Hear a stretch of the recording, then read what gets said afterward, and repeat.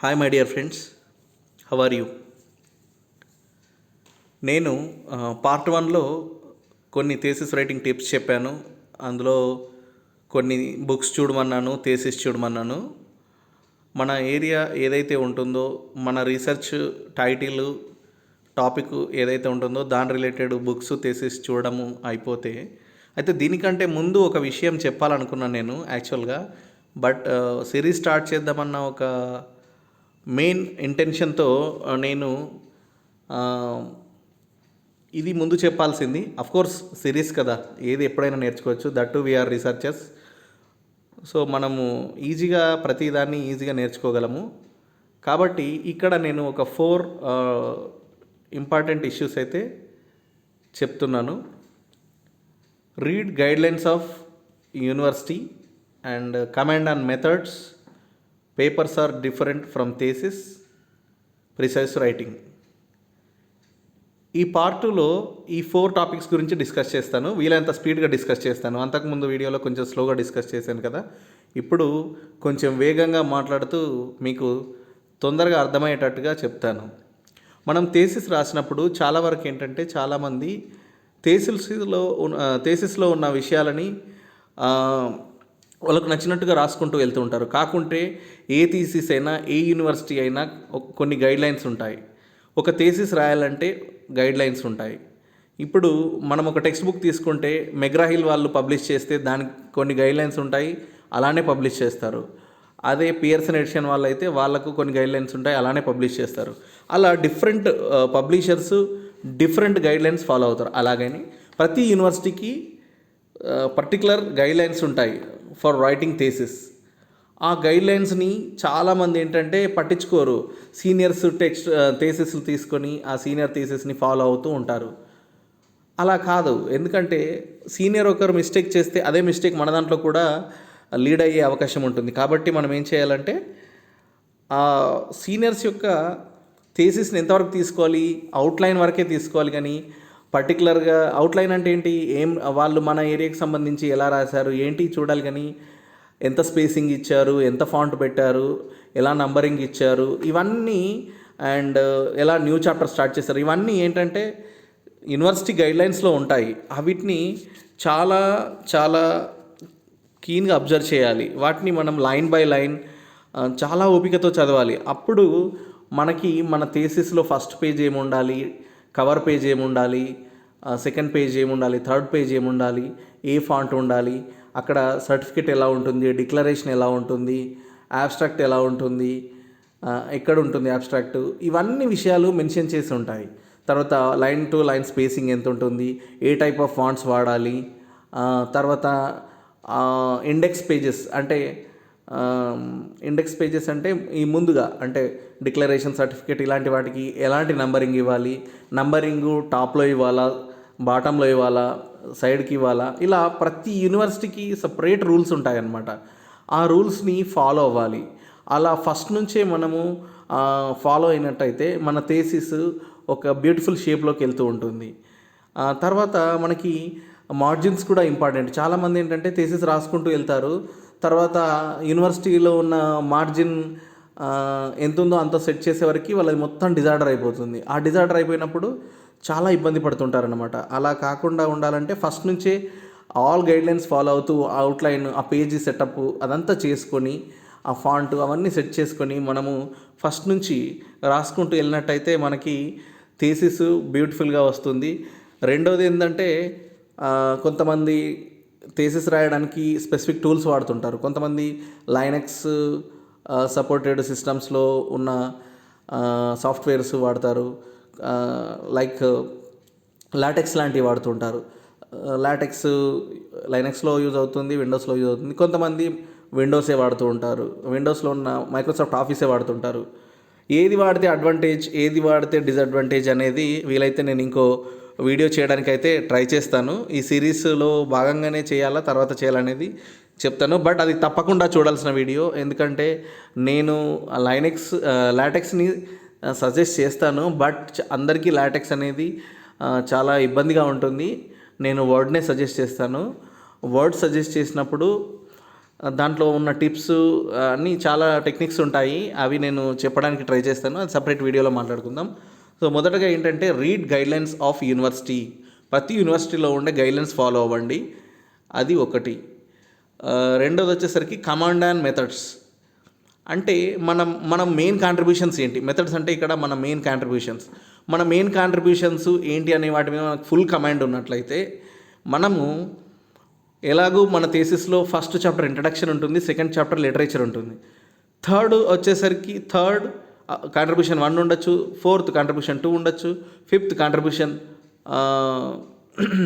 3 ఉండొచ్చు.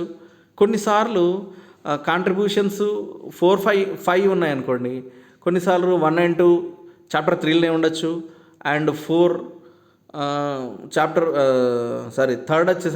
Third contribution వచ్చేసరికి chapter 4లో ఉండొచ్చు, అండ్ ఫోర్త్ ఫిఫ్త్ కాంట్రిబ్యూషన్స్ వచ్చేసరికి ఫిఫ్త్ చాప్టర్లో ఉండొచ్చు. ఇలా డిఫరెంట్ ఎలా ఆర్గనైజ్ చేసుకుంటారనేది మీకు తెలియాలంటే మన కాంట్రిబ్యూషన్స్ పైన మనకి ఫుల్ ఐడియా ఉండాలన్నమాట. ఫుల్ ఐడియా ఉన్నట్టయితే మనము చాప్టర్ 3లో ఎన్ని కాంట్రిబ్యూషన్స్ పెట్టచ్చు, చాప్టర్ 4లో ఎన్ని పెట్టచ్చు, చాప్టర్ 5లో ఎన్ని పెట్టచ్చు, చాప్టర్ 6లో ఎన్ని పెట్టచ్చు అనేది మనం ఈజీగా అర్థం చేసుకోవచ్చు. తర్వాత రిజల్ట్ సెక్షన్ ఉంటుంది, రిజల్ట్స్ అండ్ డిస్కషన్ పార్ట్ ఉంటుంది. ఆ రిజల్ట్ డిస్కషన్ పార్ట్ అనేది ఎన్నో చాప్టర్గా ఉండాలని కూడా కొంతమందికి డౌట్ ఉంటుంది. It's depends on hour university norms ఉంటుంది కొన్నిసార్లు. It's depends on hour contributions also.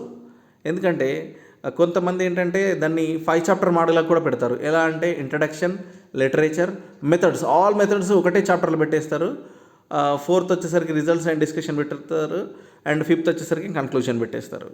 ఇది జనరల్గా చాలామంది ఫాలో అవుతారు. Okay, PG level, UG level, okay this method చాలా యూస్ఫుల్, ఓకే. బట్ పిహెచ్డి లెవెల్కి వచ్చేసరికి చాలా కాంట్రిబ్యూషన్స్ ఉంటాయి అండ్ చాలా లెంతీగా ఉంటాయి, and contribution to contribution sometimes sequence ఉండొచ్చు, సమ్టైమ్స్ అది కొంతవరకు గ్యాప్ ఉండొచ్చు. అలాంటప్పుడు ఏంటంటే కంపల్సరిగా మనకు లోపల ఏం పెట్టాలి ఏం పెట్టకూడదు అనేది తెలవాలంటే దాని మీద ఐడియా ఉంటేనే మనము ఎన్ని చాప్టర్స్గా డివైడ్ చేయగలము అంటే 3rd, 4th, 5th, 6th వరకు అలా వెళ్ళచ్చు. జనరల్గా నాకు తెలిసినంత వరకు 7 చాప్టర్ మోడల్స్, 6 చాప్టర్ మోడల్స్ ఎక్కువ ఉంటాయి. ఏ థీసిస్ అయినా కూడా 6 చాప్టరు, 7 చాప్టరు, వరస్ట్ కేసులో 8 చాప్టర్ ఉంటుంది. సో మోర్ దెన్ 8 చాప్టర్స్ వెళ్ళడం అనేది అది థీసిస్ అనేది అంత బాగుండదు అనిపిస్తుంది. ఎందుకంటే ఇది థీసిస్లో మోర్ దెన్ 8 వెళ్ళడం అంటే it is actually out of the box కిందకి వెళ్ళిపోతుంది. అంటే రీసెర్చ్ కన్నా ఇంకేదో చేయడం, ఏదైనా వర్క్ ఉంటే అది అపెండిక్స్లో పెట్టుకోవచ్చు. బట్ ఏంటంటే చాలా వరకు 6 and 7 చాప్టర్ మోడలే ఎక్కువ యూజ్ అవుతుంది. కాబట్టి మనకు మన మెథడ్స్ పైన అంటే మన కాంట్రిబ్యూషన్స్ పైన ఫుల్ కమాండ్ ఉంటే మనము 6 చాప్టర్ మోడల్ పెట్టుకోవాలా, 7 చాప్టర్ మోడల్ పెట్టుకోవాలనేది మనకు తెలుస్తుంది.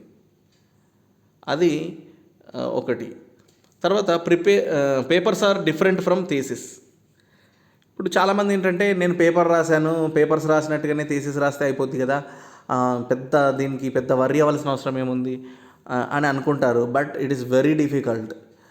అంటే డిఫికల్ట్ ఎప్పుడు అవుతుంది అని అన్నప్పుడు కొన్నిసార్లు రిడెండెన్సీ ఉన్నప్పుడు డిఫికల్ట్ అవుతుంది.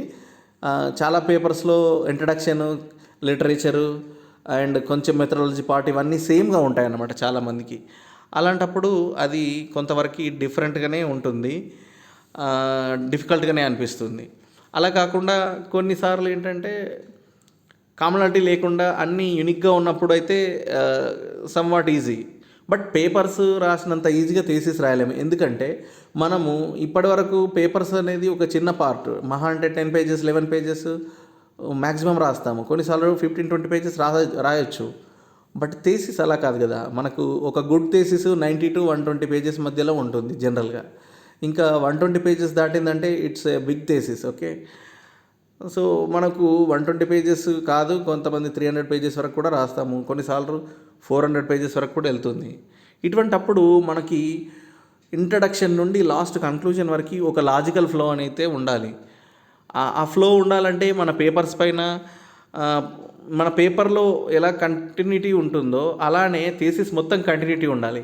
అప్పుడు పేపర్స్లో ఉన్న కాంట్రిబ్యూషన్స్కి దీనికి మనము ఎలా కనెక్షన్స్ క్రియేట్ చేయాలి అంటే కంట్రిబ్యూషన్ 1కి మనం పేపర్ 1ని లింక్ చేసామనుకోండి, దాన్ని ఎలా లింక్ చేయాలి? పేపర్ 2ని లింక్ చేసామనుకో, దాన్ని కంట్రిబ్యూషన్ 2కి ఎలా లింక్ చేయాలి? ఈ లింకింగ్ అనేది ఇంపార్టెంట్. ఎందుకంటే ఇప్పుడు ఇంట్రడక్షన్, లిటరేచర్ అనేది మనకి చాప్టర్ 1 అండ్ చాప్టర్ 2కి వెళ్ళిపోతాయి కాబట్టి మనము ఇంకా కాంట్రిబ్యూషన్స్ని మన పేపర్స్ ఉంటే రాస్తుంటాం కాబట్టి ఇక్కడ రాసేటప్పుడు చాలా లాజికల్ కనెక్షన్స్ని క్రియేట్ చేస్తూ అవుట్ సైడర్ రీడర్కి ఈజీగా అర్థమయ్యేటట్టు చేస్తూ రాయాలి. ఇంకా లాస్ట్ పాయింట్ వచ్చేసరికి ప్రిసైజ్ రైటింగ్. ప్రిసైజ్ రైటింగ్ అంటే ఏంటంటే మనము ఏమి రాసినా కూడా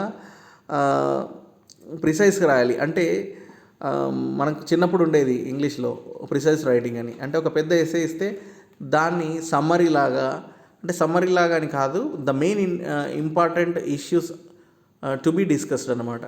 ఆ విధంగా అంటే దాంట్లో ఉన్న ఎసెన్స్ని మనం ఒక బ్యూటిఫుల్ పారాగ్రాఫ్ లాగా రాయాలి. అలానే మనం థీసిస్ రాసేటప్పుడు కూడా ప్రిసైజ్గా రాసినట్టయితే ప్రతి విషయాన్ని నీట్గా డిస్కస్ చేస్తూ కావలసిన విషయాలను మాత్రమే ఎఫెక్టివ్గా డైరెక్ట్ స్పీచ్లో, ఇండైరెక్ట్ స్పీచ్లో కూడా వాడచ్చు. బట్ ఏంటంటే వొకాబులరీ యూజర్ ఫ్రెండ్లీగా ఉంటూ స్మాల్ సెంటెన్సెస్ అండ్ సింపుల్ లాంగ్వేజ్లో ఉన్నట్టయితే మనకి, అండ్ వొకాబులరీ కూడా రీసెర్చ్ రిలేటెడ్, అంటే ఇప్పుడు కంప్యూటర్స్ వల్ల అయితే కంప్యూటర్ టెర్మినాలజీసే ఉండాలి జనరల్ దాంట్లో. ఏదో సోషల్ సైన్సెస్ లేదంటే ఏదో సైన్స్ రిలేటెడ్ వొకాబులరీ తీసుకొచ్చి దీంట్లో పెట్టడానికి కుదరదు. అలా కాకుండా నీట్గా మనము ప్రిసైజ్గా కావాల్సిన విషయాలను రాసినట్టయితే మన థీసిస్ కాంపాక్ట్నెస్ వచ్చేస్తుంది మన థీసిస్కి. ఆ కాంపాక్ట్నెస్తో అవతల పర్సన్, అంటే మన థీసిస్ ఎవాల్యూట్ చేసే వాళ్ళైనా మన లేకుంటే మన జూనియర్స్ అయినా చాలా ఈజీగా దాన్ని అర్థం చేసుకోగలుగుతారు. రెండోది ఏంటంటే మనకు కూడా మంచి కమాండ్ వస్తే మనము ఇంకెన్నో రాయగలుగుతాము. సో థీసిస్ రాసేటప్పుడు మనకు చాలా స్కిల్స్ ఎవాల్వ్ అవుతూ ఉంటాయి. ఆ స్కిల్స్ని మనము అలానే హోల్డ్ చేసి పట్టుకుంటే life long we can do wonders. So ఇప్పటివరకు అయితే ఈ 4 టాపిక్స్ ఈరోజు చాప్టర్ పార్ట్ 2లో చెప్పాను. ఇంకా మిగతా పార్ట్స్లో మిగతా విషయాలు చెప్తాను. మీకు ఇంకేదైనా డౌట్స్ ఉన్నా మీరు కామెంట్ సెక్షన్లో మెన్షన్ చేయండి. నేను వీలైనంత వరకు ఎక్స్ప్లెయిన్ చేయడానికి ట్రై చేస్తాను. రెండవది ఏంటంటే మీరు సబ్స్క్రైబ్ చేయండి. సబ్స్క్రైబ్ చేస్తూ, లైక్ చేస్తూ, షేర్ చేయండి. ఎందుకనంటే మనము ఎప్పుడైనా లైవ్ కండక్ట్ చేద్దామంటే మనకి సబ్స్క్రైబర్స్ తక్కువ ఉండి వ్యూ టైం తక్కువ ఉండడం వల్ల లైవ్ పెట్టలేకపోతున్నాం. చాలామంది లైవ్ పెట్టమని అడుగుతున్నారు. నాకు పర్సనల్గా నా కాంటాక్ట్ ఉంది కాబట్టి వాళ్ళు కాంటాక్ట్ అవుతున్నారు. బట్ ఏంటంటే ట్రై చేస్తాను. చాలామంది అన్సబ్స్క్రైబ్డ్ పర్సన్స్ మాత్రమే చూస్తున్నారు. నా రిక్వెస్ట్ ఏంటంటే మీరు సబ్స్క్రైబ్ చేసుకోండి అండ్ షేర్ చేయండి, చాలామందికి హెల్ప్ చేయండి. Thank you.